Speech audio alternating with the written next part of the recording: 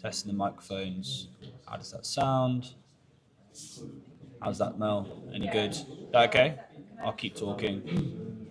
No worries. Testing 1, 2, 3, 4. You a good, Nick? Lovely.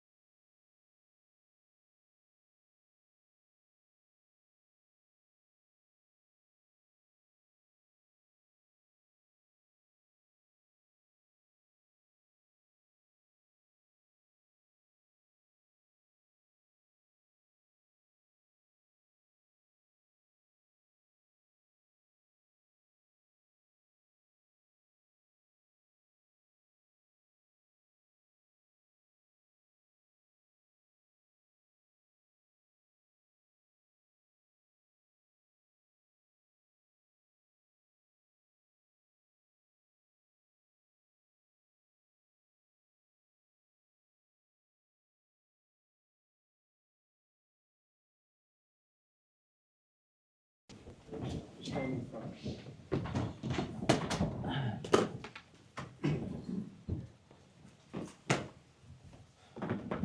Hi everyone. We probably won't be able to get around everyone. If you have a question, raise your hand and we'll come to you. You want to kick off? James Ollie from ESPN. Mikel, Hi. what's your assessment of that? Well, first of all, congratulate Man United for the victory. I think we started the game really well. The first half an hour we were very dominant, playing the areas that we wanted, score a goal, had two fantastic chances to score another one. And after that, we gave them the goal, which errors are part of football, very unlikely, unlike us, but we gave them the goal and hope, and that shifted the energy. Because from that to halftime, we really struggled, especially to keep the ball in the right areas after regaining it. In the second half, well, they had two brilliant goals, some individual quality and magic moment in big games. That's a good example of that.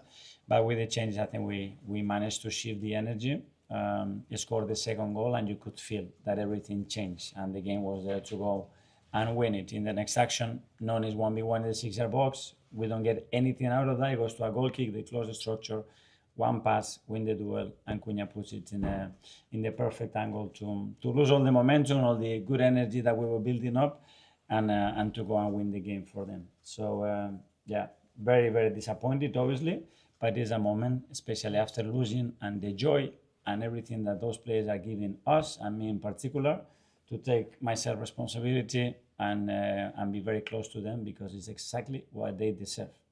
It seemed quite nervous at times in the stadium today. Firstly, did you feel that? And secondly, if so, do you think it affected the players?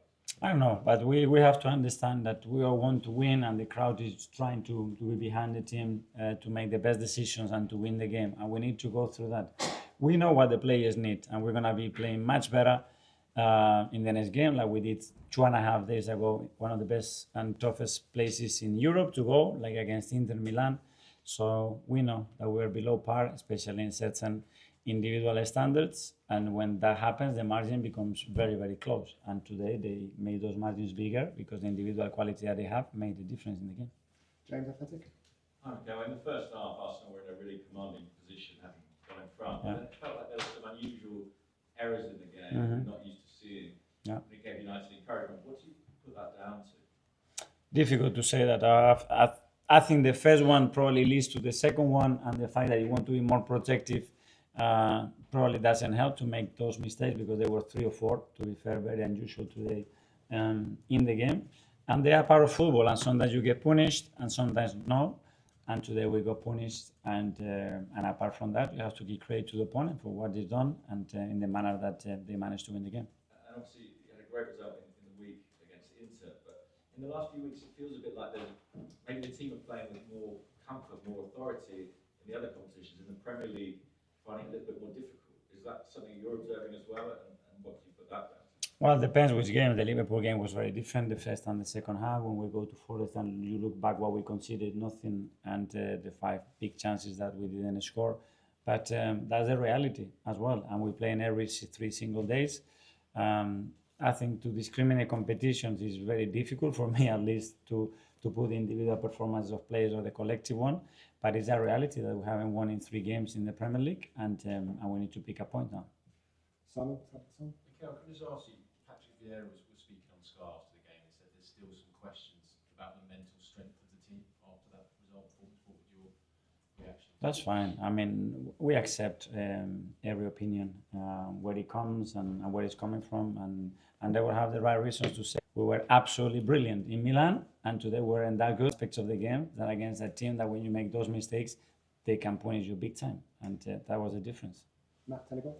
There were a few boos at half-time, Mikel, given you are top of the league and top of the Champions League. Do you think That's part of the demands and the expectations, that we want to win, and that's it. And individually, everybody can react in the manner that they need. Okay, we'll do last couple now. James CBS. You spoke about expectations there, but how do you control them so that they don't become overwhelming for your players? And I mean, that seems to then translate to Doing what we have to do, and doing what we're doing for 7 months. Exactly that. And the position that we are still today, even we have lost. I think it's the first time sitting here this season at home and we lost again, no? So it's part of the journey to winning. And if not, nobody will lose football matches It's how we react to that. And I am very convinced, because I know those players that dressing room and how much we want it, that we're going to react immediately. And finally to Tom. Mikel, I know you've been asked about the booze in the stadium already, but when you're 4 points clear at the top of the table, how does it make you feel knowing you've done what you've done to get so far this season, and that's the reaction? It doesn't matter. So we have to can rest in peace. And today we really certainly tried to do our very best, but we weren't efficient enough against a team that is very well organized, and we got punished because our own mistakes as well.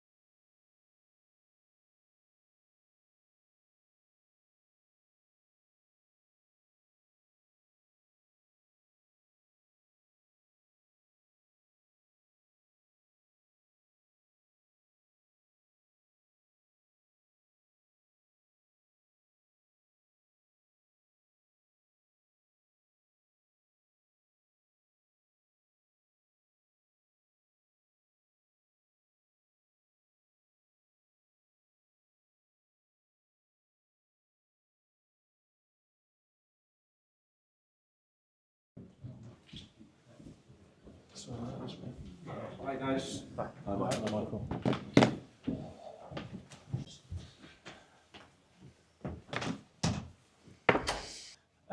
Yeah, it was a tough game for us.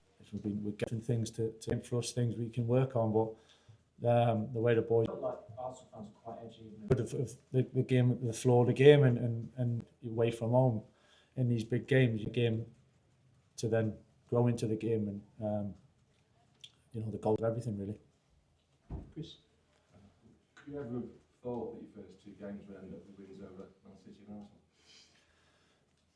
Yeah, well, I understand there were two tough games to start with. We've got tough games coming up, so it's I understood that, but best ones to win, so in terms of getting that feeling and that emotion, that confidence and that lift, so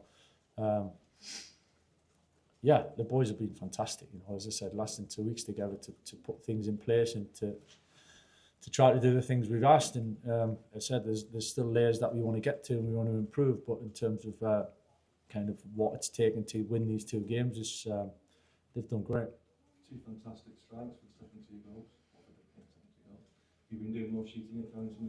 I can't take any credit for them two finishes.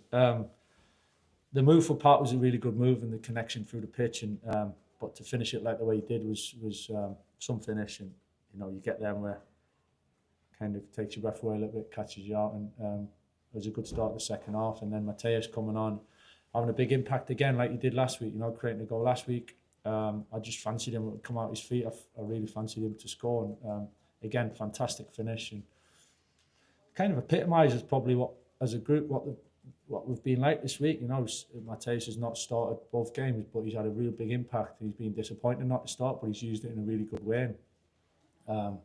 Two huge moments, and he totally deserves that winning goal for that. How he's Kind of disappointing results at home, so get away from that recently against teams Manchester United would expect to be. What do you think these two wins said in terms of the statements about where this team are? Because I think teams are probably looking at them and maybe the fear factor had gone against playing United this season, teams coming to Old Trafford and planting their chances. Do you think these two wins have kind of sent a statement about where this team are? I think it's more about the feeling that gives us really as a group, and the players and as a club, and it's certainly the supporters. It's my concerns more that of how that can bring us together and lift us. And every next game is the bigger game, so we're not getting carried away. We've got really important things coming up that we need to kind of keep improving with. So two massive games. There's a lot of emotion and a lot of energy and a lot of confidence that you can take from that, but be humble and understand how we've got these results is really important moving forward. We'll go Mark and then last question for Carl. What's your instinct then? Is it to ride the momentum or to calm it down? Because at the end of the final champion of the league, so I think we're probably going to look at too far off. I didn't hear what you said. The chanting what? Oh, okay. What's your challenge now? Your top four? Is it to keep the momentum going, or is it to calm it down? I think I know from our perspective, it's just moving forward to the next game, right? Get this next week. As I said, it's been less than 2 weeks that we've been together, so it's just keep. We certainly won't be anyway. It's a big week leading up to Fulham and games coming up. So we'll finish where we finished by getting the results, and I know that's kind of obvious, but looking too far ahead can come back and bite you really. So we've taken this week by week, game by game. We'll certainly continue to do that, but we got to ride it. You got to use the emotion, you got to use the energy, you got to use the confidence. But like I just said, you got to be humble enough to understand how we've just achieved these two big results, and it doesn't just come easy. So we need to continue that and bottle it and use it again. Some of those negatives, like the FA Cup, so they can have potential advantage. You've got 15 games now to focus purely on the league. Yeah, it's a clear focus. I said that starting last week. It's a clear focus, and everything's in front of us now. Nothing's going to change, but it's a good start. We just got to keep building. I said last week was a good start, and building on that, we've built on it a bit. We need to continue to do that in the weeks coming up. Mr. Carrick, another good team performance. Could you share a little bit more about what you made of Patrick Dorgan today? Yeah, Pat's been a big player for us over the last couple of games. I think in so many ways, if attacking wise, obviously he scored 2 goals, but I think in terms of the threat and his athleticism and his quality coming in as well, and connections, I think defensively he's been he's been immense as well down the side with Luke and doubling up against two teams that ask a lot of questions down the side, you know, so it's a big job for him, and delighted for him because the 2 goals he scored, very different goals, but you get that because he's put so much into the performances. It's nice to see him smiling and happy. He obviously came off with hopefully a little bit of cramp, but hopefully it's nothing worse. But he ended up coming up like that. It just shows what he's put in really to the performance. But yeah, absolutely delighted for him. And just hopefully he's not too bad. So more cramp than a suspected hamstring injury? At this stage, it's hard to tell. Excuse me. So we'll just have to wait and see. But yeah, for sure, we're hoping that it's not too bad. Thanks a lot. All right, cheers, guys. See you in a bit. You done?